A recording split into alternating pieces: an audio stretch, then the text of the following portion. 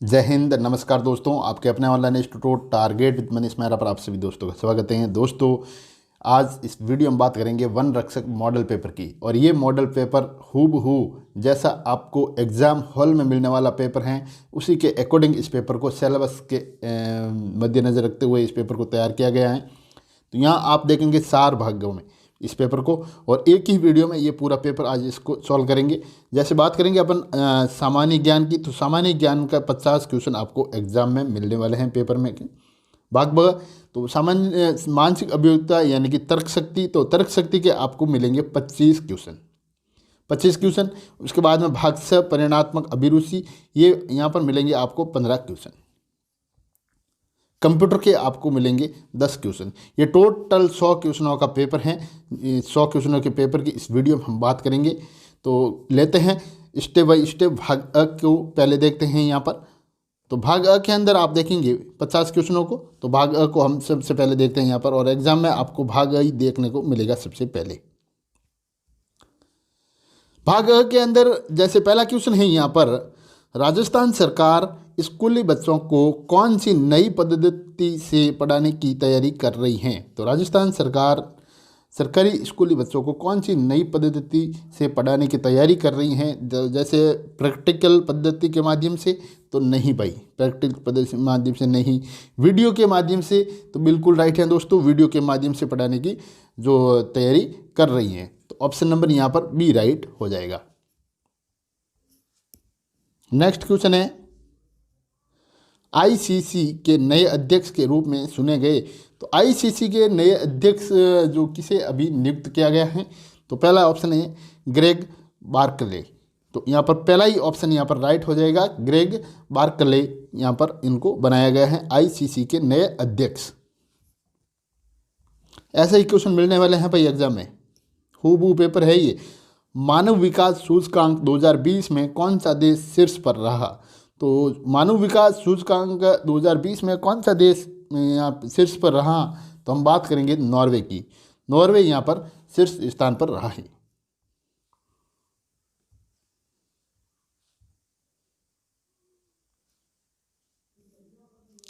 BSF के जवानों ने 180 किलोमीटर की दौड़ लगाकर भारत पाक युद्ध यानी 1971 के युद्ध वीरों को सम्मान दिया। और भारतीय सेना किस दिन को विजय दिवस के रूप में मनाती हैं। भारतीय सेना किस दिन को विजय दिवस के रूप में मनाती हैं। 10 दिसंबर, 16 दिसंबर, 26 दिसंबर या फिर 28 दिसंबर। तो यहाँ पर राइट होगा दोस्तों 16 दिसंबर। 16 दिसंबर को ये भारतीय सेना जो विजय दिवस के रूप में मनाती हैं।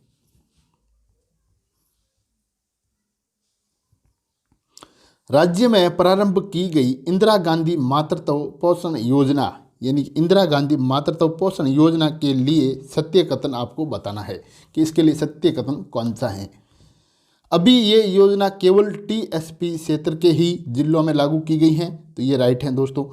ये योजना प्रदेश के 4 जिला यानी कि उदयपुर, बांसवाड़ा, डूंगरपुर, प्रतापगढ़ में प्रारंभ की गई हैं, तो ये भी इसका राइट है।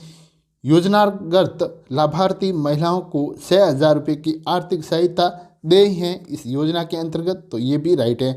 तो आप कह सकते हैं कि उपयुक्त सभी इसमें राइट हैं, यानी कि उपरोक्त सभी राइट हैं। तो ऑप्शन नंबर डी यहाँ पर आपका राइट हो जाएगा। भारतीय रेलवे बोर्ड द्वारा पूर्वोत्तर भारत के राज्यों की सभी राजधानियों को रेलवे नेटवर्क से जोड़ने के लिए कब तक का लक्ष्य रखा गया है। 2020 तो गया है दोस्तों, यहाँ तो ये हो ही नहीं सकता। तो बात करेंगे अपन 2021, 2022 या फिर 2023। तो यहाँ पर 2023 तक भारतीय मतलब जो राज्यों की सभी राजधानियों को रेलवे नेटवर्क से जोड़ने के लिए लक्ष्य रखा गया है 2023 तक। ऑप्शन नंबर डी यहाँ पर राइट हो जाएगा।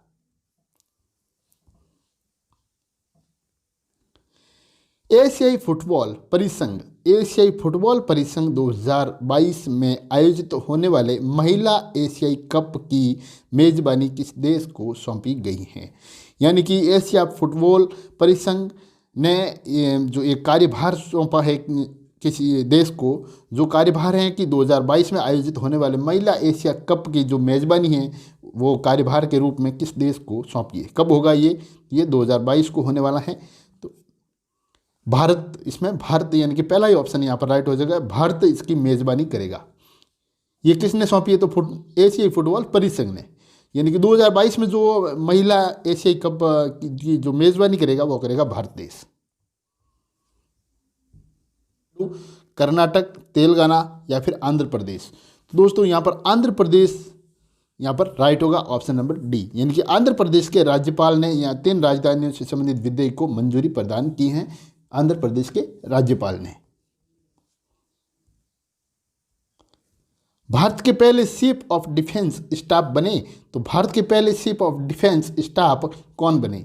General Vipin Rawat, RKS Bhadauria, BS Dhanoa, इनमें से कोई नहीं। तो यहाँ बात करेंगे अपन जनरल विपिन रावत की, ऑप्शन नंबर 1 यहाँ पर राइट होगा। आपको ये पूरा 100 अंकों का जो मॉडल पेपर है इसमें 100 ही क्वेश्चन है। तो आप देखें कि आपने कितने अंक प्राप्त किए हैं, यानी कि आपने कितने क्वेश्चन इसमें राइट किए। जितने क्वेश्चन आपने राइट किए हैं उतने ही अंक आपको यहाँ पर मिलेंगे। तो आप वीडियो के नीचे कमेंट करके मेरे को ज़रूर बताएं कि आपके कितने क्वेश्चन यहाँ पर राइट हुए। भारतीय रेलवे ने किस वर्ष तक कार्बन उत्सर्जन को पूर्णतः समाप्त करने का लक्ष्य रखा है? तो भारतीय रेलवे ने किस वर्ष तक कार्बन उत्सर्जन को पूर्णतः समाप्त करने का लक्ष्य रखा गया है? 2025, 2030, 2035, 2040। तो यहाँ पर 2030 तक, कब तक भाई? 2030 तक इसको पूर्ण समाप्त करने का लक्ष्य रखा गया है। खेजड़ी वृक्ष की पूजा किस पर्व पर की जाती है? इन खेजड़ी वृक्ष हैं उसकी पूजा है जो किस पर्व पर की जाती है? तो गणगौर, तीज, होली या फिर दशहरा। यहाँ पर बात करेंगे अपन दशहरा की, ऑप्शन नंबर डी इसमें राइट है।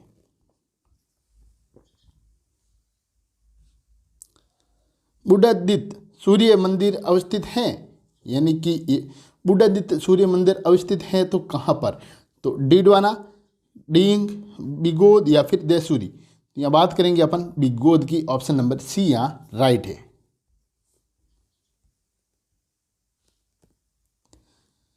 शुक्र नीति के अनुसार सभी दुर्गों में श्रेष्ठ दुर्ग हैं। तो शुक्र नीति है उसके अनुसार, यानी सभी दुर्गों के अंदर जो श्रेष्ठ दुर्ग हैं वो कौन से हैं? तो श्रेष्ठ दुर्ग की बात करेंगे यहाँ पर सैनी दुर्ग, पारिति दुर्ग, वन दुर्ग या फिर जल दुर्ग। तो यहाँ पर सैन्य दुर्ग हैं जो सभी दुर्गों में श्रेष्ठ दुर्ग हैं। किसके अनुसार है? ये शुक्र नीति के अनुसार है, सैन्य दुर्ग, ऑप्शन नंबर 1 यहाँ पर राइट है। नारद जी द्वारा, यानी कि नारद मुनि थे, उनके द्वारा बजाए जाने वाला वाद्य यंत्र है? नारद जी द्वारा बजाया जाने वाला वाद्य यंत्र एकतारा, जंतर, सारंगी या फिर रबाब। यहाँ पर ऑप्शन नंबर 1 राइट है, एकतारा। इन एकतारा वाद्य यंत्र है जो नारद जी द्वारा बजाया जाता है।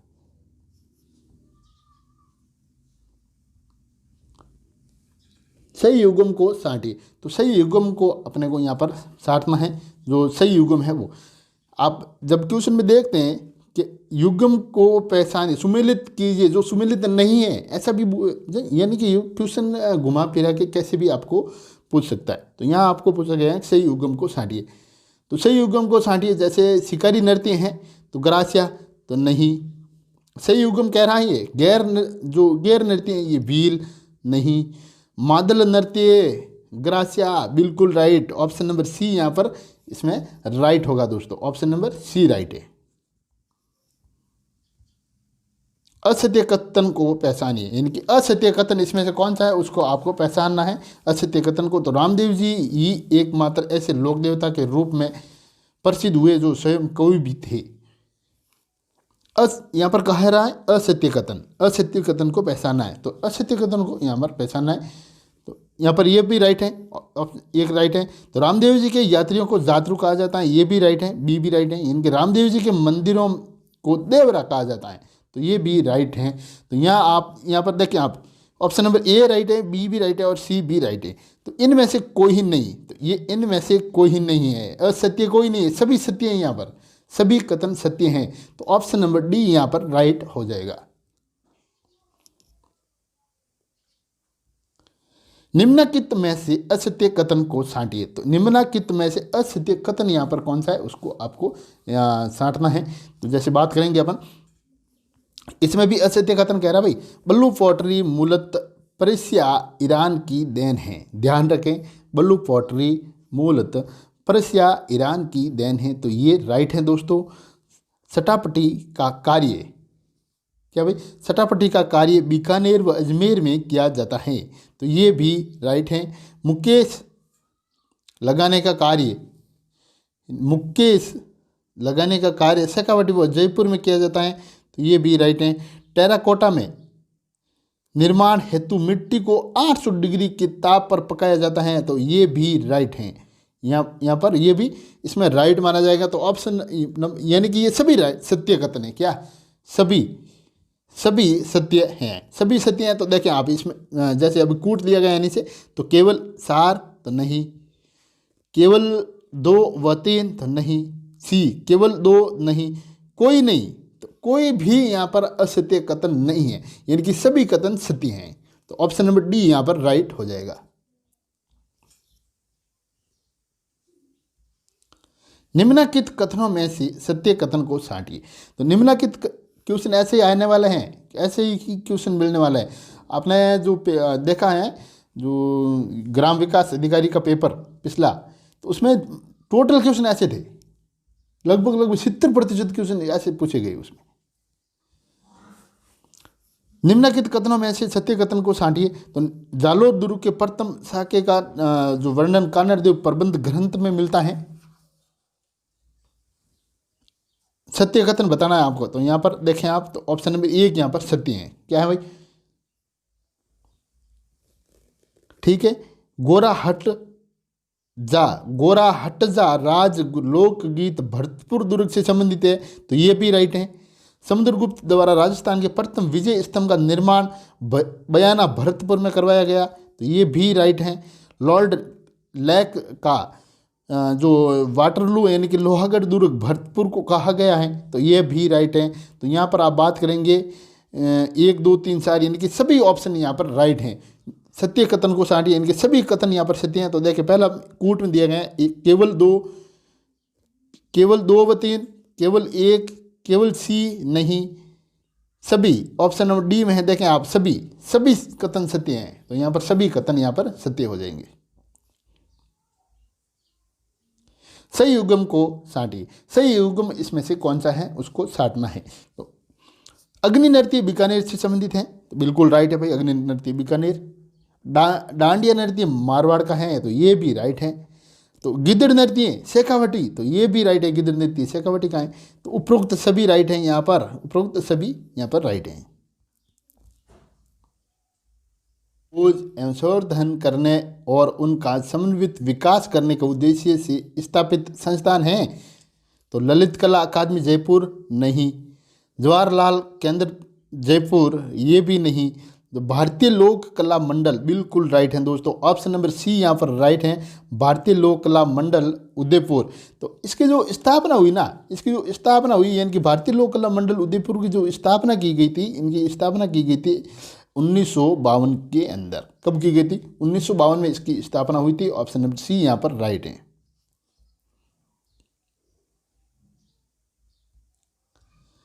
निम्नलिखित को सुमेलित कीजिए। तो आपको यहाँ निम्नलिखित जो दी गई हैं उनको सुमेलित करना है।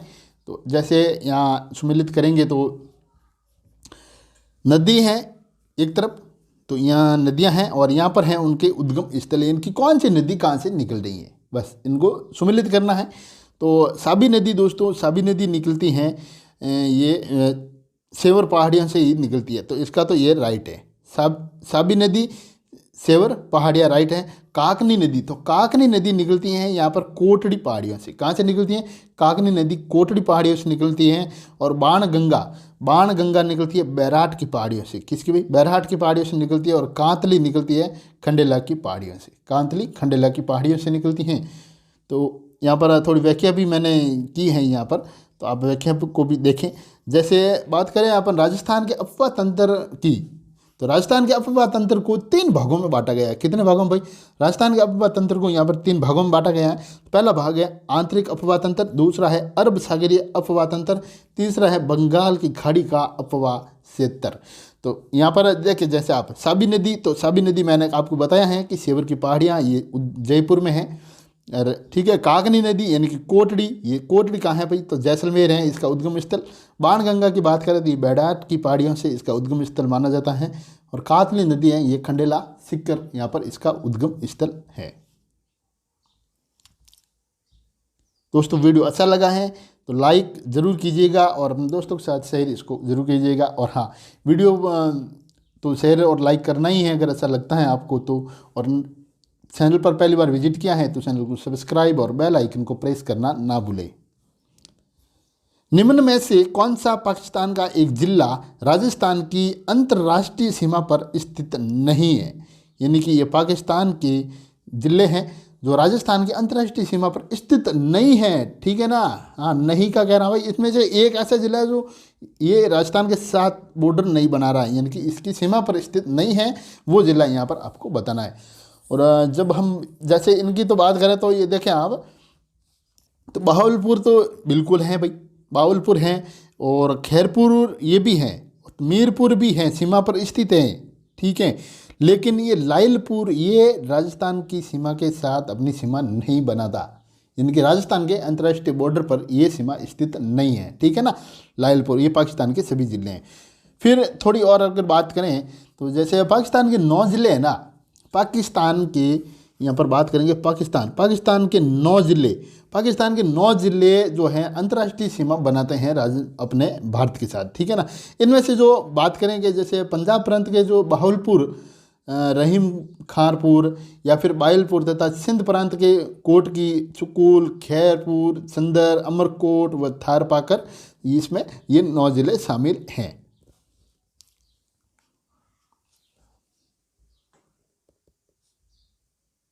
निम्नलिखित जिलों में से किसकी सीमा गुजरात से नहीं मिलती? ये निम्नलिखित जिले हैं राजस्थान के, इनमें से एक ऐसा जिला है जिनकी सीमा गुजरात के साथ अपनी सीमा साझा नहीं करती। तो सिरोही जिला गुजरात से मिलता है, यानी कि टच करता है उसके बॉर्डर को। डूंगरपुर भी करता है। तो प्रतापगढ़ दोस्तों यहाँ पर नहीं करता, प्रतापगढ़ क्योंकि ये ऐसे नहीं करता। ये जो जैसे अब बात करें इस राजस्थान के इस मैप की, तो प्रतापगढ़ आपको यहाँ पर देखने को मिलेगा, इसलिए ये यहाँ पर अपनी सीमा साझा नहीं करता है गुजरात के साथ। नेक्स्ट क्वेश्चन है, छप्पन का मैदान का संबंध किस नदी से है? तो व्यास, साबरमती, माही, चंबल। तो माही नदी यहाँ पर राइट हो जाएगी। कौन सी नदी भाई? माही नदी। तो माही नदी यहाँ पर राइट है, ऑप्शन नंबर सी।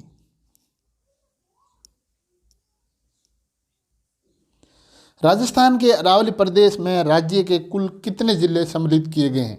तो राजस्थान के जो अरावली पर्वत हैं यहाँ पर राज्य के कुल कितने ज़िले यहाँ पर शामिल किए गए हैं? जैसे 10 ज़िले, 11 ज़िले, 9 ज़िले या फिर 12 ज़िले। तो दोस्तों यहाँ पर 12 ज़िलों को इसमें शामिल किया गया है। ऑप्शन नंबर डी यहाँ पर आपको राइट मिलेगा।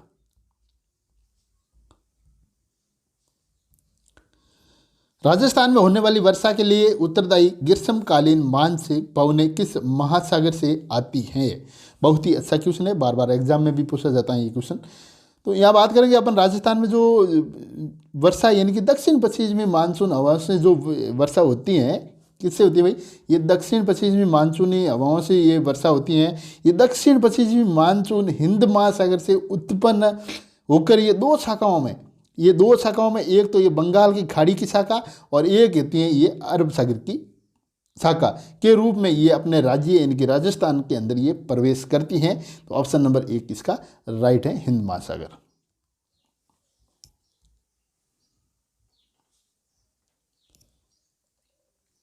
निम्नलिखित में से कौन सा राजस्थान की जलवायु को प्रभावित करने वाला आधारभूत तत्व है?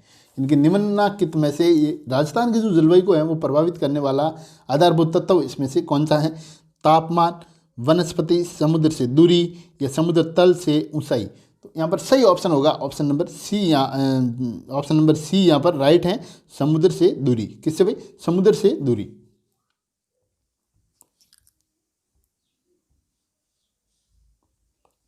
राजस्थान के कपास उत्पादक दो प्रमुख जिले कौन से हैं? तो राजस्थान में जो कपास उत्पादक हैं वो प्रमुख दो जिले यहाँ पर कौन से हैं? तो अलवर भरतपुर, नागौर अजमेर, श्रीगंगानगर हनुमानगढ़ या फिर बाड़मेर जालौर। तो ऑप्शन नंबर यहाँ पर सी राइट है, गंगानगर एवं हनुमानगढ़। क्या भाई? गंगानगर एवं हनुमानगढ़ ये कपास उत्पादक जो संबंधित प्रमुख दो जिले हैं। सूलिया जलप्रपात, सूलिया जलप्रपात किस नदी द्वारा बनाया जाता है? सूलिया जलप्रपात संबल नदी के द्वारा बनाया जाता है। निम्नलिखित में से कौन सी राजस्थान की एक नदी अंत प्रवाह प्रणाली के अंतर्गत आती है? किसके? तो कातली, कानकी, कातली, पार्वती या फिर गंगर। तो यहाँ पर पार्वती ऑप्शन राइट है, सी ऑप्शन यहाँ पर आपको राइट मिलेगा।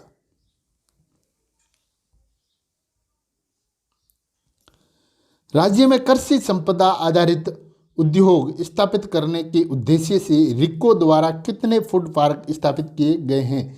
तो रिको द्वारा कितने फूड पार्क स्थापित किए गए हैं? यहाँ पर बात करेंगे ऑप्शन नंबर डी की, यानी कि 4 जो फूड पार्क हैं ये रिको द्वारा स्थापित किए गए हैं। कितने भाई? 4, ऑप्शन नंबर डी। निम्न में से कौन सा निजी क्षेत्र का प्रस्तावित फूड पार्क है? तो निम्न में से कौन सा निजी क्षेत्र का फूड पार्क यहाँ पर है? तो एग्रो फूड पार्क ये झालावाड़, या फिर एग्रो फूड पार्क कोटा, या फिर एग्रो फूड पार्क गंगानगर, या फिर इनमें से कोई नहीं। तो एग्रो फूड पार्क झालावाड़ यहाँ पर राइट है, ऑप्शन नंबर ए। का पहला मेगा फूड पार्क ये है अजमेर के अंदर खुलने वाला है, ऑप्शन नंबर 2 यहाँ पर राइट है। अजमेर में मेगा फूड पार्क किस कंपनी के सहयोग से बनने जा रहा है? तो अजमेर के अंदर जो ये मेगा फूड पार्क बनेगा ये किस कंपनी के सहयोग से बनने जा रहा है? तो ये बनेगा green tech mega food park private limited, option number C right है, green tech mega food park private limited. देश का पहला जैविक फूड पार्क किस स्थान पर बनेगा? देश का जो पहला जैविक फूड पार्क है ये किस स्थान पर बनेगा? तो मध्य प्रदेश, राजस्थान, हरियाणा या फिर बिहार। तो दोस्तों यहाँ पर राजस्थान की बात करेंगे, ये राजस्थान पर बनेगा। कहाँ पर भाई? राजस्थान में बनने वाला है, ऑप्शन नंबर बी यहाँ पर राइट हो जाएगा, ऑप्शन नंबर बी यानी कि राजस्थान। कहाँ पर बनेगा भाई? ये राजस्थान में बनने वाला है। क्या बनेगा? देश का पहला जैविक फूड पार्क राजस्थान के अंदर बनने वाला है। पूरे देश का पहला है भाई, और वही कहाँ बनने वाला है? अजमेर में। सूची 1 को सूची 2 के साथ सुमेलित कीजिए। तो यहाँ पर सुमेलित करना है अपने को, थोड़ा ध्यान से देखें इस क्वेश्चन को, आराम से समझते हैं, अच्छा क्वेश्चन है। लाहौर अधिवेशन, तो दोस्तों ये जो लाहौर अधिवेशन हुआ था, तो लाहौर अधिवेशन की अगर अपन बात करें कि कब हुआ, तो ये 1929 यानी कि 1929 को ये हुआ था। कब हुआ भाई लाहौर अधिनियम? 1929 के अंदर हुआ था। और इनकी बात करें कि इसमें राइट क्या होगा, तो ये बिल्कुल इसके सीध का ही राइट है। ये पूर्ण स्वाधीनता का लक्ष्य पारित करना इसका मकसद था। क्या भाई?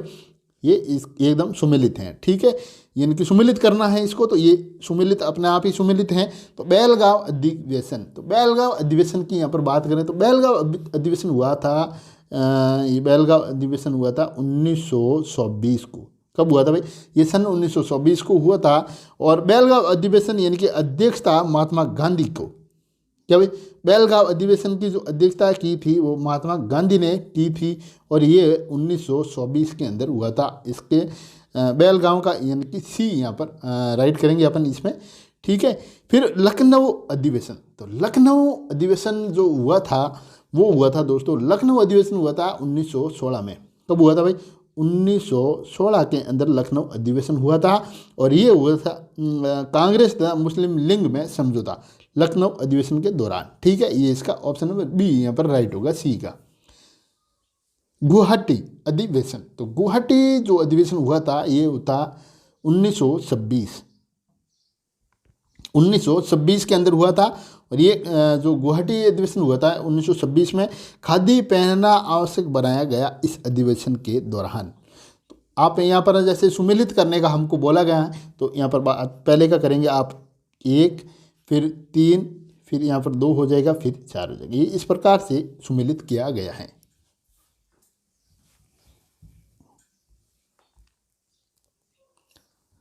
राजस्थान में प्रथम निर्वाचित लोकतांत्रिक सरकार का गठन कब हुआ? तो राजस्थान के अंदर जो प्रथम निर्वाचित लोकतांत्रिक सरकार का गठन की बात करें तो ये हुआ था 3 मार्च 1952 को, 3 मार्च 1952। जिला न्यायाधीशों की नियुक्ति का प्रावधान कौन से अनुच्छेद के अंतर्गत किया गया? तो जिला न्यायाधीश की जो नियुक्ति का प्रावधान है ये कौन से अनुच्छेद के अंतर्गत किया गया? तो अनुच्छेद 233, अनुच्छेद 233 के अंदर इसका प्रावधान किया गया। जिला न्यायाधीशों की नियुक्ति कौन करता है? तो जिला न्यायाधीशों की जो नियुक्ति है वो कौन करता है? तो ये करता है राज्य का राज्यपाल। कौन करता है भाई? राज्य का राज्यपाल।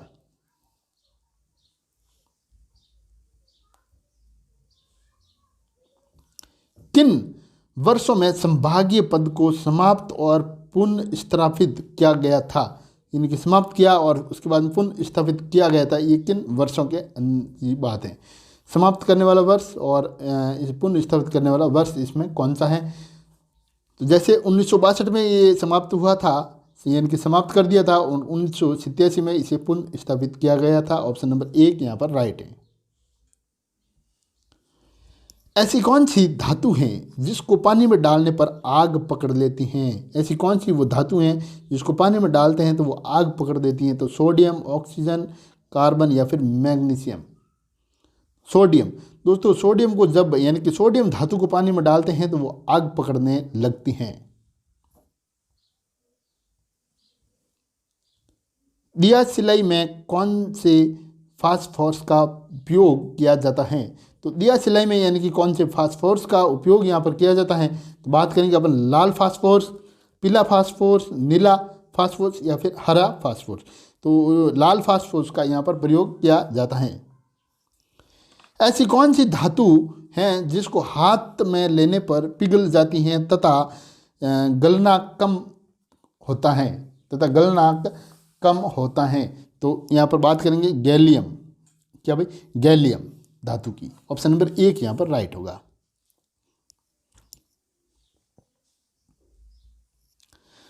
निम्न में से कौन सा हार्मोन गर्भावस्था में सहारा प्रदान करता है? तो निम्न में से वो हार्मोन कौन सा है जो गर्भावस्था के दौरान सहारा प्रदान करता है? तो प्रोजेस्टेरॉन। क्या भाई? प्रोजेस्टेरॉन। ऑप्शन नंबर बी यहाँ पर राइट होगा। मानव में हिस्स बडल नामक संरचना किस अंग में पाई जाती है? कि मानव के अंदर ये हिस्स बडल नामक ये संरचना है, ये किस अंग में पाई जाती है? अग्नाशय, वर्क, हृदय, मस्तिष्क। ये हृदय के अंदर पाई जाती है। ऑप्शन नंबर सी यहाँ पर राइट होगा। भारी जल का सूत्र है, तो भारी जल का जैसे सूत्र की बात करें तो भारी जल का जो सूत्र है दोस्तों वो है D2O। D2O। ऑप्शन नंबर 1 यहाँ पर राइट है, यहाँ पर 2 होगा, है ना? D2O। ऑप्शन नंबर 1 राइट है। करेंगे अपन 7 जोड़ी, मटर के 7 जोड़ी पर प्रयोग किया था आनुवंशिकता के लिए। किसने किया भाई? मेंडाल ने। कौन सी ग्रंथि दुग्ध निष्कासन हार्मोन ऑक्सीटोसिन का स्त्रावन करती है? तो वो कौन सी ग्रंथि है? तो पीयूष ग्रंथि। ऑप्शन नंबर 1 यहाँ राइट होगा। लौंग प्राप्त होता है, तो लौंग प्राप्त होता है जड़ से, पत्ती से, फल से, तना से या पुष्प कली से? तो पुष्प कली से लौंग प्राप्त होता है। ऑप्शन नंबर डी राइट है। घरों में बिजली का क्रम कौन सा होता है? तो घरों के अंदर जो बिजली का क्रम होता है वो कौन सा होता है? समांतर। तो यहाँ पर पहला ही ऑप्शन राइट है, समांतर क्रम। अब बात करेंगे आगे भाग ब की। तो भाग ब जो तर्क शक्ति का है इसके अंदर मैंने आपको बताया कि यहाँ पर आप 25 क्वेश्चनों को देखेंगे भाग ब के अंदर, और हूबहू पेपर तैयार किया गया है अकॉर्डिंग सिलेबस के। तो भाग ब का पहला क्वेश्चन है दोस्तों 11 इंटू मिनट 52 -60 कह रहा है, इंटू 1 कह रहा है, यानी कि कितने बजे है, यानी कि 1 बजे का कह रहा है। इसको बट्टे में कर दो आप 2।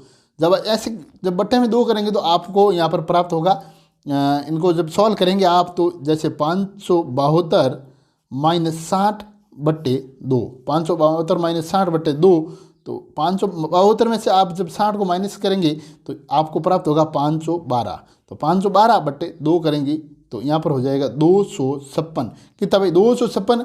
तो जब यहाँ पर 256 डिग्री अपने को प्राप्त हुआ है, लेकिन जब आप देखें ये जो 256 है ना, यहाँ पर मान 180 से ज़्यादा है। क्या भाई मान यहाँ पर ये जो मान आया है ये 180 डिग्री से ज़्यादा आ रहा है, तो आप क्या करेंगे 360 में से इसे घटा लेंगे। किसे 256 को, जब 360 में से 256 को आप घटा लेंगे तो 360 माइनस 256 को आप घटाते हैं यहाँ पर, तो आपको प्राप्त होता है दोस्तों 160 डिग्री। तो 160 डिग्री यानी कि ऑप्शन नंबर बी यहाँ पर राइट हो जाएगा। ऐसे ही करना है। करना क्या है, सबसे पहले यानी कि कोण निकालना होता है ना, तो आप करेंगे 11 इंटू, जैसे क्वेश्चन अभी जो आपने कहा है यहाँ पर, तो 11 इंटू मिनट माइनस 60 इंटू जितने बज रहे हैं वो, जैसे इसमें 1 बजा तो आप जो माइनस में इंटू में वो 1 बजा दो, इंटू में यानी कि जितने बजे वो कर दो और बट्टे में 2 कर दो और उसको सॉल्व कर दो। और हाँ, इसका जो मान आता है अगर 160 मतलब 180 से ज़्यादा आता है तो आप इसको 360 से घटाओगे।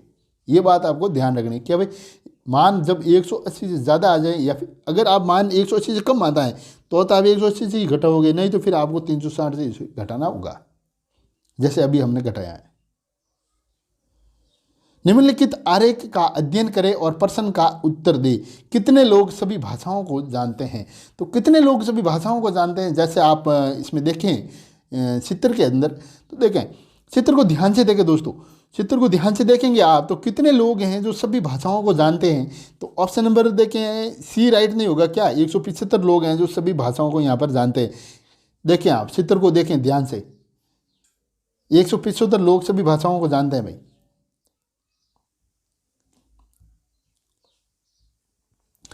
निम्न में से कौन सा आरेख शिक्षक पुरुषों और तथा महिलाओं के बीच सही संबंध को दर्शाता है? तो इसमें आप देखें, आप चित्र देखें, तो चित्र देख रहे हैं तो इसमें देखेंगे जैसे ये मान लो पुरुष हो गए और ये शिक्षक हो गए और ये महिलाएं हो गई। ये पुरुष, ये शिक्षक और ये महिलाएं कर दो आप इसे, तो आप देखेंगे ऑप्शन नंबर सी यहाँ पर राइट होगा। ऑप्शन नंबर सी राइट है। के अंदर चित्र के अंदर ध्यान से देखेंगे तो निश्चय 3 है, तो ऊपर की संख्या क्या होगी, तो ऊपर की संख्या दोस्तों यहाँ पर 2 होगी। क्या कितनी होगी भाई, 2 होगी। ऑप्शन नंबर डी यहाँ पर राइट हो जाएगा। अब देखें आप आगे, तो यहाँ इनको करना है सभी नदियाँ, यानी कथन कहता है सभी नदियाँ पहाड़ हैं, कुछ नदियाँ मरुस्थल हैं। ठीक है, सभी नदियाँ पहाड़ हैं और कुछ नदियाँ मरुस्थल हैं। तो निष्कर्ष निकलता है इसका कि कुछ पहाड़ मरुस्थल हो सकते हैं भाई, और कुछ मरुस्थल पहाड़ नहीं हैं। कुछ पहाड़ मरुस्थल हैं, कुछ मरुस्थल पहाड़ नहीं हैं। तो यहाँ पर आप अनुसरण करेंगे इनका। जब आप अनुसरण करते हैं तो देखें आप इस प्रकार से, मैं थोड़ा आपको बता दूं कि ये है, इसे आप ले लो पूरा, ये पहाड़ है पूरा पूरा। क्या है भाई, पहाड़। ये पहाड़ मान लो, इसमें आप नदियाँ मान लो, ठीक है, और इसके अंदर आप ये मरुस्थल मान लो। नदियाँ मान लो, मरुस्थल मान लो। तो आप देखेंगे अनुसरण 1 इसका राइट है या नहीं है। कुछ पहाड़ मरुस्थल हैं, कुछ पहाड़ मरुस्थल हैं। अनुसरण 1 यहाँ पर राइट हो जाएगा, अनुसरण 1। ठीक है ना, इस प्रकार से इसको दर्शाया गया। ये नदियाँ हो गई और ये पहाड़ हो गया, नहीं सॉरी मरुस्थल हो गया ये, और ये वाला पहाड़ हो गया पूरा। तो ऐसे इसको राइट किया जाएगा। ऑप्शन नंबर 1 यहाँ पर राइट होगा।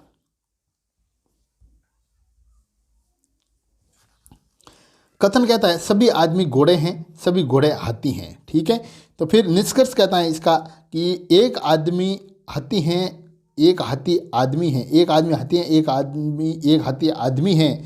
तो यहाँ आप इसमें ऐसा करेंगे, देखें चित्र में देखें आप ध्यान से, जो मैं बना रहा हूँ। ये मान लो हाथी हैं, ठीक है, ये हाथी हो गया और ये हो गया घोड़ा, और इसके अंदर आ जाएंगे ये आदमी। भाई ये तो हो गया हाथी, ये हो गया घोड़ा और ये हो गया इसमें आदमी। तो इस प्रकार से देखते हैं आप। तो इसमें देखें आप ऑप्शन नंबर 1 राइट नहीं लगता क्या आपको, अनुसरण 1 राइट है ना, तो अनुसरण 1 इसमें राइट हो जाएगा। दिए गए कथन से कौन सा निष्कर्ष निकाला जा सकता है? यदि कथन कहता है कि यदि वो बुद्धिमान है तो वो परीक्षा में उत्तीर्ण हो जाता है। कथन कहता है यदि वो बुद्धिमान है तो परीक्षा में उत्तीर्ण हो जाता है। निष्कर्ष निकलता है इसका, निष्कर्ष कहता है कि परीक्षा में उत्तीर्ण होने के लिए उसे बुद्धिमान होना चाहिए। क्या भाई, परीक्षा में उत्तीर्ण होने के लिए उसे बुद्धिमान होना चाहिए, वो परीक्षा उत्तीर्ण कर लेगा, वो परीक्षा उत्तीर्ण कर लेगा। तो यहाँ आप बात करेंगे 57 में, तो अनुसरण इसका भी एक ही राइट होगा, अनुसरण एक यहाँ पर राइट है। दिए गए कथन से कौन सी पूर्व धारणा निकाली जा सकती हैं, कौन सी पूर्ण धारणा निकाली जा सकती हैं। तो कथन कहता है किसी शिक्षित व्यक्ति के जीवन मूल्य अशिक्षित व्यक्ति से भिन्न होंगे। पूर्ण अवधारणा कहती हैं एक कि शिक्षा का प्रभाव किसी व्यक्ति के जीवन किसी एक अशिक्षित व्यक्ति से कोई तुल्य नहीं होंगे, अशिक्षित व्यक्ति से कोई तुल्य नहीं होंगे। तो यहाँ जो बात करेंगे अपन, यहाँ अनुसरण एक की बात करेंगे, अनुसरण एक यहाँ पर राइट होगा, अनुसरण एक।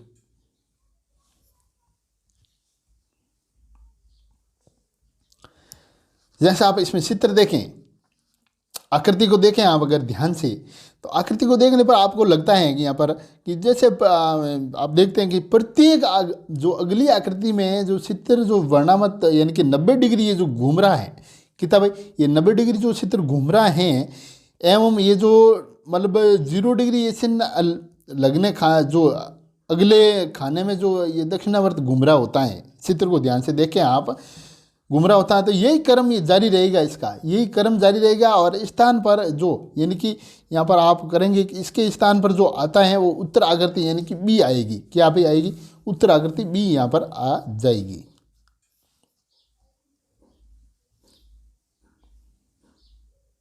यानी सी वाली जो आकृति है इसके प्रतिरूप को ये पूरा करेगी, ऑप्शन नंबर सी यहाँ पर राइट होगा।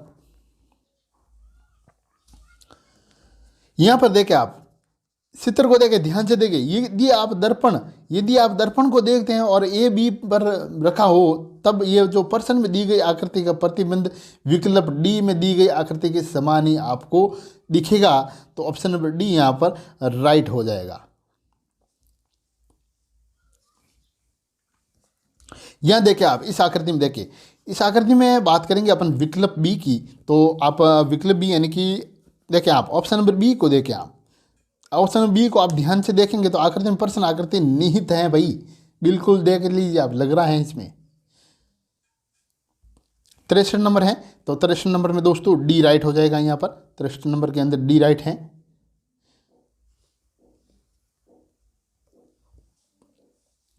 फिर आगे देखें आप, एक प्रतियोगिता में 31 टीमें भाग लेती हैं, प्रत्येक टीम के साथ एक मैच खेलती हैं, यानी प्रतियोगिता होती है उसके अंदर 31 टीमें भाग लेती हैं, ठीक है। प्रत्येक टीम के साथ एक मैच खेलती हैं, तो प्रतियोगिता में कुल कितने मैच खेले गए, तो प्रतियोगिता के अंदर कुल कितने मैच खेले गए।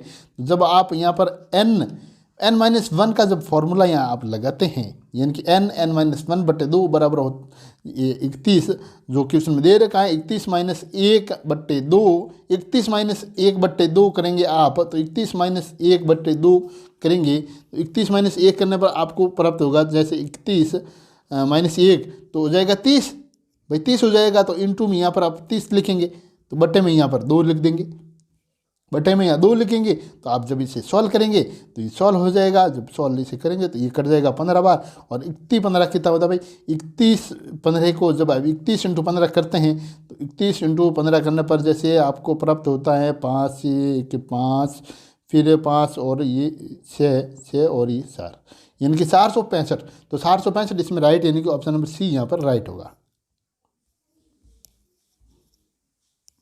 गणना कीजिए, यहाँ पर आपको क्या करना है, गणना करनी है। तो यहाँ पर गणना करेंगे आप तो आपको प्राप्त हो जाएगा इस गणना के अंदर 365, कितना हो जाएगा भाई, 365 यहाँ पर प्राप्त हो जाएंगे। नॉर्मल क्वेश्चन है लेकिन कुछ लोगों के लिए ये भी हार्ड होता है।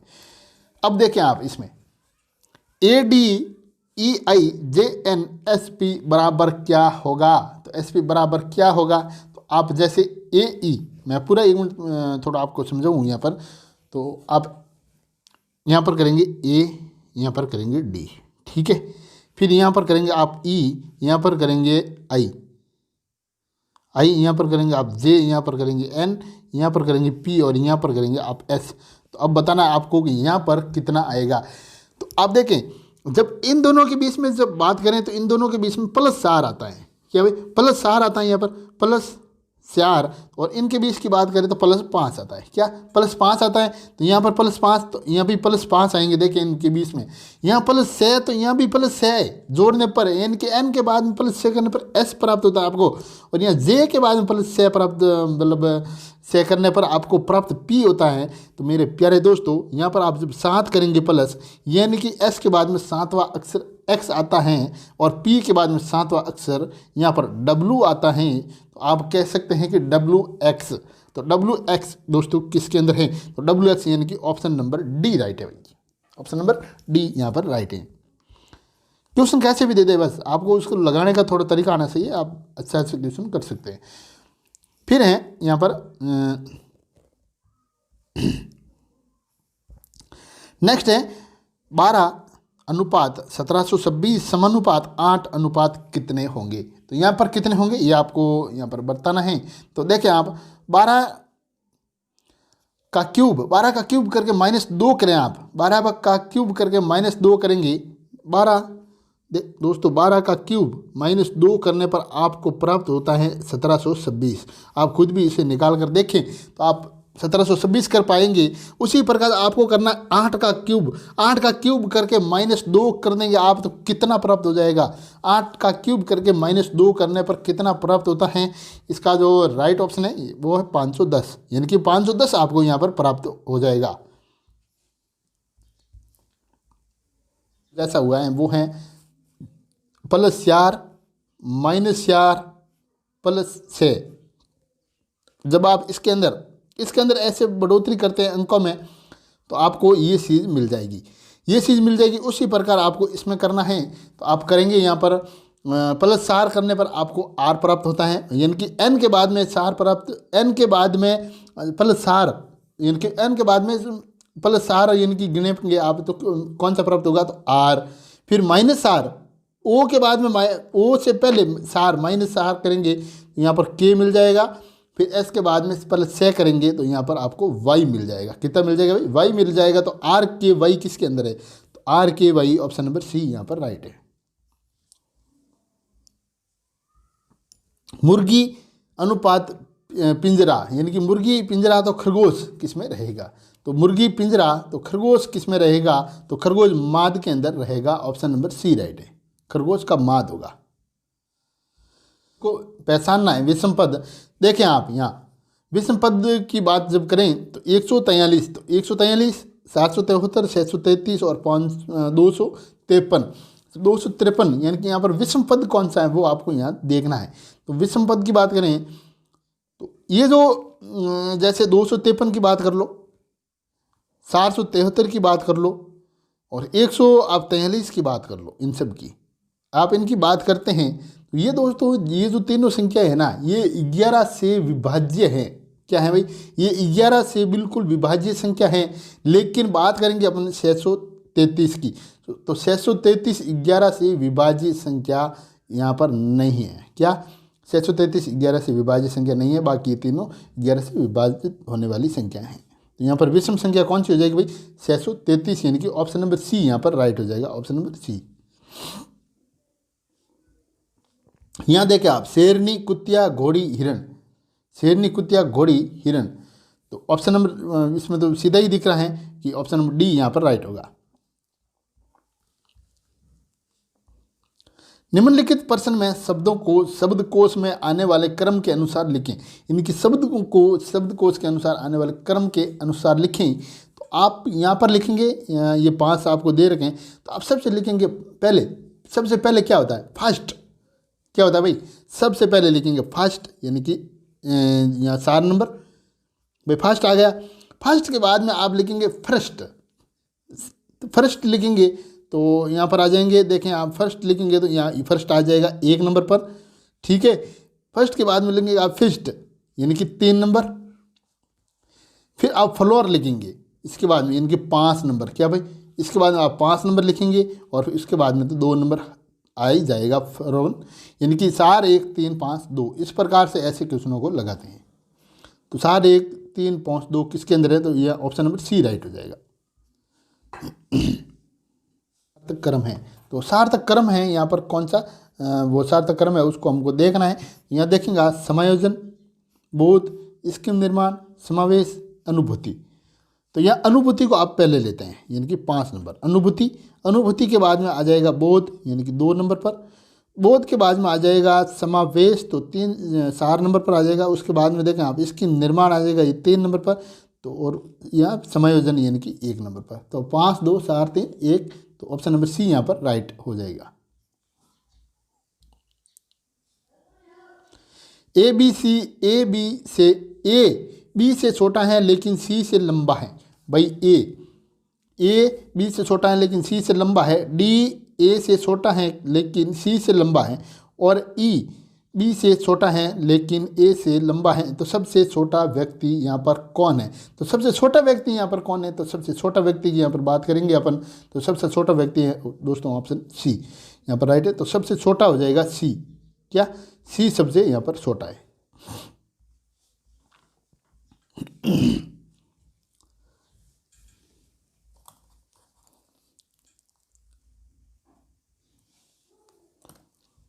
चालीस विद्यार्थियों की एक कक्षा में अजीत का निश्चय से 28वां स्थान है। अजीत का निश्चय से 28वां स्थान है। बाबू प्रथम से 16वें स्थान पर है। और चंदा का निश्चय से 31वां स्थान है। तो भुवन का प्रथम से 14वां स्थान है। उनमें से सबसे ऊपर किसका स्थान है? तो सबसे ऊपर किसका स्थान यहाँ पर कह रहा है? तो सबसे ऊपर होगा दोस्तों चंद्रा का स्थान। किसका भाई? चंद्रा का स्थान यहाँ पर सबसे ऊपर है।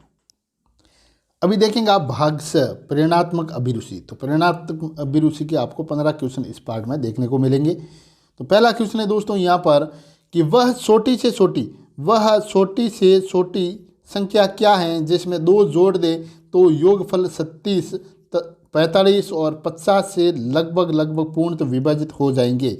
वह छोटी से छोटी संख्या, यहाँ पर मिसप्रिंट हो गया थोड़ा, वह छोटी से छोटी संख्या क्या है जिसमें 2 जोड़ने पर योगफल होता है वह 36, 45, 50 से लगभग पूर्णतः विभाजित हो जाए। तो वो आपको संख्या यहाँ पर बतानी है। तो ऐसे आप इसका जो लसब लेंगे किनका भाई? आप 36, 45, 50 का आप लसब लेंगे तो लसब मिलेंगे आपको दोस्तों 900। और हाँ, आपको अगर लसब लेना ना है तो कमेंट करके ज़रूर बताएं। मैं आपको एक आसान वीडियो के साथ बता दूंगा अलग से कि लसब कैसे ले जाएंगे। तो यहाँ पर लसब लिया आपने इसका, तो लसब मिले 9।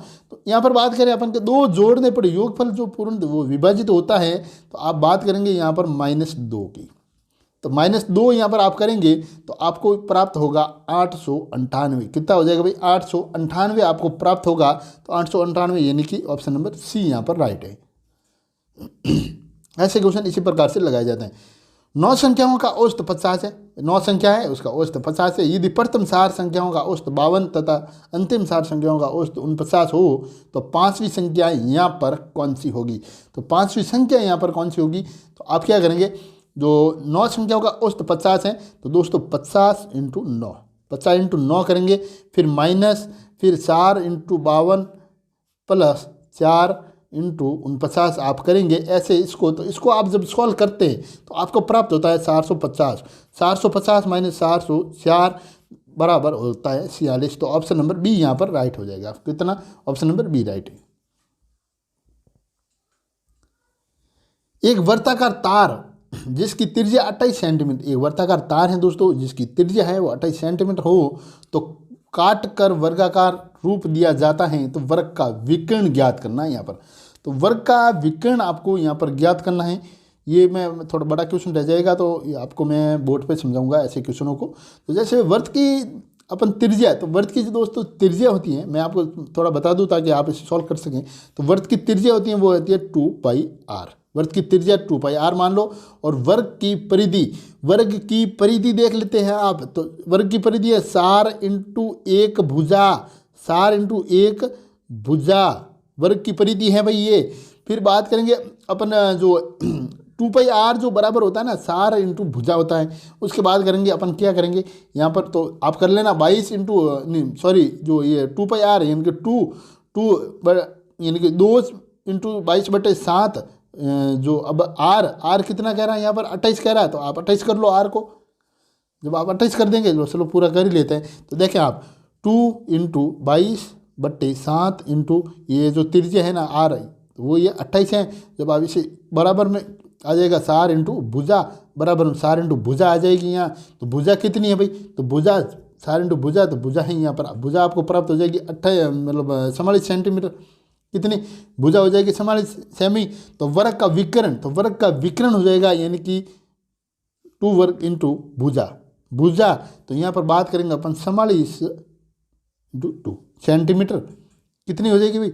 44√2। तो 44√2, तो ऑप्शन नंबर डी यहाँ पर राइट हो जाएगा। ऑप्शन नंबर डी राइट है। यदि आर का 5% एस के 2.5% के बराबर हो तो आर अनुपात एस बराबर कितना होगा? तो आर अनुपात एस बराबर कितना होगा, तो यहाँ पर आपको बताना है। तो आर का है जो 5%, यानी कि आर की बात करें तो ये हो जाएगा 5/100। एस की बात करेंगे अपन तो एस हो जाएगा 5/200। ठीक है, ये कह रहा है 2.5, तो 200। तो आप आर अनुपात एस की बात यहाँ पर करते हैं, तो ये आर अनुपात एस की बात करते हैं तो आप करेंगे यहाँ पर जैसे आर अनुपात एस कहता है। अब आर अनुपात एस का क्या होगा? आर अनुपात एस यानी कि 5/200 अनुपात 5/100, 5/100। अब आप इसे सॉल्व करेंगे, तो इसे सॉल्व करेंगे तो आपको प्राप्त हो जाएगा यहाँ पर ये 1:2, 1:2 यहाँ पर प्राप्त हो जाएगा। तो 1:2 किस में भाई? 1:2 यानी कि ऑप्शन नंबर 1 यहाँ पर राइट है, 1:2।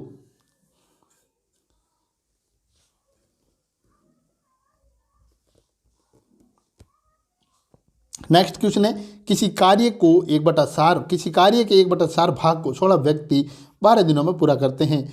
कार्य को 12 दिन में पूरा करने के लिए कितने अतिरिक्त व्यक्तियों की आवश्यकता होगी?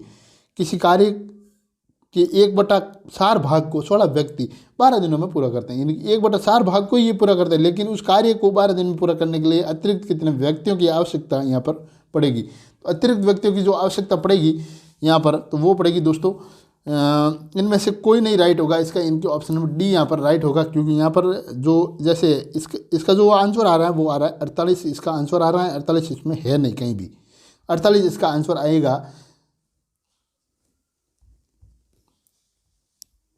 अगर ये क्वेश्चन आप कर पाते हैं, तो कोई बात नहीं। अगर आप नहीं कर पा रहे हैं क्वेश्चन, तो मेरे को कमेंट करके ज़रूर बताइएगा, मैं इस क्वेश्चन का आपको सॉल्व करके क्वेश्चन बता दूंगा। एक आदमी धारा के बहाव के विपरीत 16 किलोमीटर और धारा के बहाव के अनुकूल 28 किलोमीटर 2 घंटे में जाता है, तो धारा का वेग आपको बताना है। तो धारा का वेग है वो कितना है? तो दोस्तों धारा का जो वेग है वो है यहाँ पर 3 किलोमीटर। दोस्तों ये क्वेश्चन आपको नहीं आते हैं, ये जो मैथ के क्वेश्चन है, तो अगर नहीं आने पर आप कमेंट करके ज़रूर बताएं, ताकि मैं आपको वापस करवा सकूं इन सभी क्वेश्चनों को, जो क्वेश्चन नहीं आता हो। और जो क्वेश्चन आता है वो आप संयोग करें, ताकि अपने प्रैक्टिस भी आप उस सुनिश्चित कर सकें। अभिषेक और राकेश ने क्रमशः 7,000 रुपये तथा 8,500 रुपये लगाकर एक ठेका लिया। यदि इस व्यापार में उनको 9,300 रुपये का लाभ हुआ हो, तो लाभ में राकेश का हिस्सा क्या है? तो लाभ के अंदर जो राकेश के हिस्से की यहाँ पर बात करें अपन, तो लाभ के अंदर राकेश का हिस्सा देखिए आप 7,000 और 8,500, 7,000 तो 8,500, जब आप इसे सॉल्व करते हैं, अनुपातम बांटते हैं, 7,000 और 8,500 को अनुपातम करें तो आपको मिलेगा 14:17।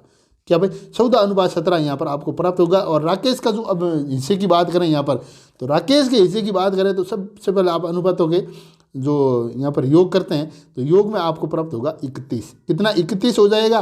तो 17/31 इंटू 9,300, 9,300 अगर दोनों का कहें तो ये राकेश का 17 आया ना, तो अगर इस अभिषेक का गए तो अभिषेक का कितना आया भाई? 14 आ जाता था। तो अभी आप इसको सॉल्व कर दीजिए, आपको प्राप्त हो जाएगा। जब आप इसे सॉल्व करते हैं तो ये आ जाएगा 5,100 रुपया, यानी कि 5100 रुपया यहाँ पर आता है। 5100 रुपया इसमें से क्या? हाँ भाई, इसमें से कोई नहीं ऑप्शन राइट है, क्योंकि यहाँ पर 5100 रुपया मिलेंगे। जैसे मान लो यहाँ पर बी में कर दो आप 5100, बी में 5100, यानी कि 5100 आ रहे हैं, इसका आंसर 5100 आ रहे हैं। अगर आपको एग्जाम में ये नहीं मिल रहा है तो आप इसमें से कोई नहीं लिख देना, ठीक है ना।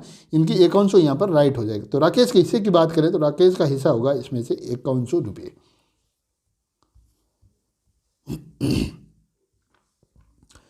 बी और सी की मासिक आय में 5:4 का अनुपात है तथा इसके खर्च में 4:3 का अनुपात है, यदि प्रत्येक मासिक बचत 3,000 रुपये हो तो सी की आय क्या होगी। तो दोस्तों सी की आय यहाँ पर क्या होगी, तो 12,000 रुपये सी की आय होगी।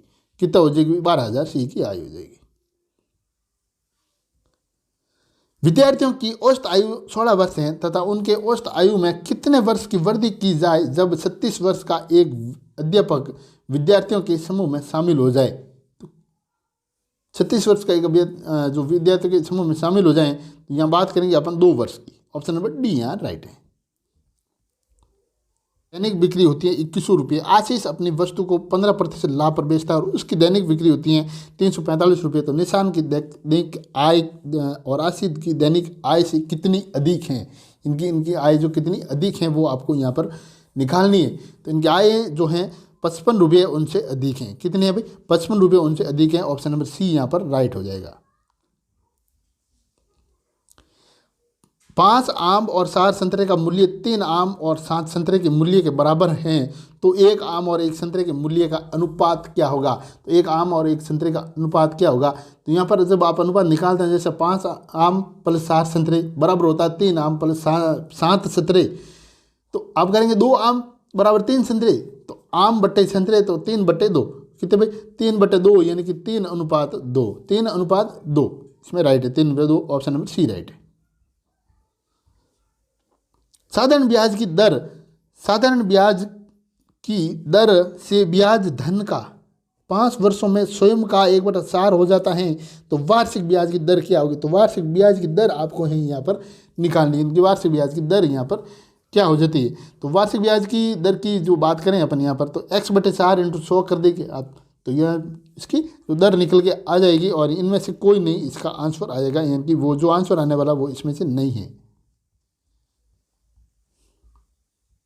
ऐसे क्वेश्चन बनने वाला है वो कंफ्यूज करने के लिए है भाई, कि आप यार मैथ का क्वेश्चन है तो इसमें कोई नहीं, तो ऐसा थोड़ी होता है, इसमें कोई ना कोई तो होता ही है। इस प्रकार से कंफ्यूज इसमें किए जाते हैं, लेकिन आपको जो आता है वही करना है। एक वस्तु का क्रय मूल्य उसके अंकित मूल्य का 80% है, तो अंकित मूल्य का क्रय मूल्य का कितना प्रतिशत, अंकित मूल्य क्रय मूल्य का कितना प्रतिशत है, तो अंकित मूल्य है वो क्रय मूल्य का कितना प्रतिशत है।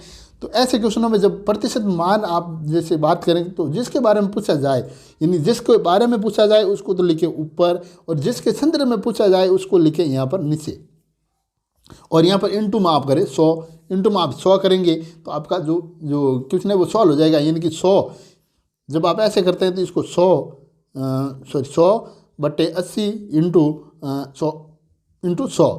100 तो आप इसको सॉल्व करने पर आपको प्राप्त होता है 125%। 125% इनको ऑप्शन नंबर 1 राइट है होगा। तो 50% उसका कितना होगा, तो 75 होगा। ऑप्शन नंबर सी यहाँ पर राइट है। एक दुकानदार अपने माल पर क्रय मूल्य से 20% बढ़ाकर लिखता है तथा ग्राहक को 10% छूट देता है, तो उसके प्रतिशत लाभ की गणना करें। तो उसके प्रतिशत लाभ की गणना करेंगे तो यहाँ पर आ जाएगा 8%। अब देखें आप, कंप्यूटर के क्वेश्चन है भाई, इसमें 10 क्वेश्चन कंप्यूटर के भी आते हैं आपके एग्जाम में। तो विश्व की प्रथम यांत्रिक मशीन कौन सी है, तो विश्व की प्रथम यांत्रिक मशीन कौन सी है, तो पास्कलाइन। कौन सी है भाई, पास्कलाइन। ऑप्शन नंबर 1 यहाँ पर राइट है, पास्कलाइन। आधुनिक कंप्यूटर का जनक कहा जाता है, तो आधुनिक कंप्यूटर का जनक किसे कहा जाता है, तो चार्ल्स बेबेज को कहा जाता है। निम्न में से माउस का प्रकार नहीं है, तो निम्न में से माउस का प्रकार नहीं है उसके बारे में बात करनी है, तो डंब है ये जो माउस का प्रकार नहीं है। मल्टी यूजर ऑपरेटिंग सिस्टम नहीं है, तो मल्टी यूजर ऑपरेटिंग सिस्टम नहीं है, तो मल्टी यूजर जो ऑपरेटिंग सिस्टम नहीं है, तो ये MS डोज, ये मल्टी यूजर ऑपरेटिंग सिस्टम नहीं है। कौन सा, MS DOS. Open dialog box खोलने हेतु शॉर्टकट बटन क्या है, तो ओपन डायलॉग बॉक्स खोलने हेतु शॉर्टकट बटन यहाँ पर आपको बताना है कि ये वो क्या है। तो ओपन डायलॉग खोलने पर आप करेंगे कंट्रोल प्लस F12, तो ऑप्शन नंबर 1 यहाँ पर राइट होगा। एक्सेल की वर्कबुक में न्यूनतम यानी कि न्यूनतम वर्कशीट व अधिकतम वर्कशीट हो सकती हैं, तो कितनी, तो न्यूनतम कितनी हो सकती है और अधिकतम यहाँ पर कितनी हो सकती है? तो न्यूनतम तो दोस्तों यहाँ पर 3 हो सकती है और अधिकतम हो सकती है 255। अधिकतम 255, ऑप्शन नंबर बी राइट हो जाएगा। पावर पॉइंट स्लाइड में स्पीकर नोट्स बनाने के लिए किस ऑप्शन का प्रयोग होता है? तो किस ऑप्शन का यहाँ प्रयोग होता है? तो यहाँ बात करेंगे अपन notes views. Notes views in option number D यहाँ पर राइट होगा। पावर पॉइंट में स्लाइड शो प्रारंभ से प्रदर्शित करने हेतु कमांड है। तो प्रारंभ से प्रदर्शित करने हेतु कमांड यहाँ पर कौन सी हैं? तो कमांड की बात करें तो यहाँ पर F5 यानी कि एक, ऑप्शन नंबर ए राइट है। इंटरनेट डाटा संचार में किस प्रोटोकॉल का प्रयोग करता है? इंटरनेट डाटा संचार में किस प्रोटोकॉल का प्रयोग करता है? तो ये करता है TCP/IP। TCP/IP डी ऑप्शन यहाँ पर राइट हो जाएगा। क्वेश्चन नंबर 100 है और आपको इस वीडियो में 100 क्वेश्चन यहाँ पर बताए गए। दोस्तों आपको 100 में से कितने क्वेश्चन आपको आते थे, यानी कि कितने क्वेश्चन आपको आते थे, वो आप मेरे को कमेंट करके ज़रूर बताना कि आपको इतने क्वेश्चन आ रहे थे। और हाँ, अगर आपको 50 क्वेश्चन आते हैं तो आपकी तैयारी बहुत ही अच्छी तैयारी है। और हाँ, वीडियो आपके लिए कितना हेल्पफुल रहा ये आप मेरे को कमेंट करके ज़रूर बताएं। और चैनल पर पहली बार विजिट किया है तो चैनल को सब्सक्राइबर और बेल आइकन को प्रेस करना ना भूलें। वीडियो को लाइक और शेयर ज़रूर कीजिएगा। और ये जो लास्ट क्वेश्चन है दोस्तों, ये मैं आपके लिए रखता हूँ। इस क्वेश्चन का आंसर आप मुझे कमेंट करके ज़रूर बताना। मिलते हैं अगले वीडियो में, तब तक के लिए जय हिंद, जय भारत।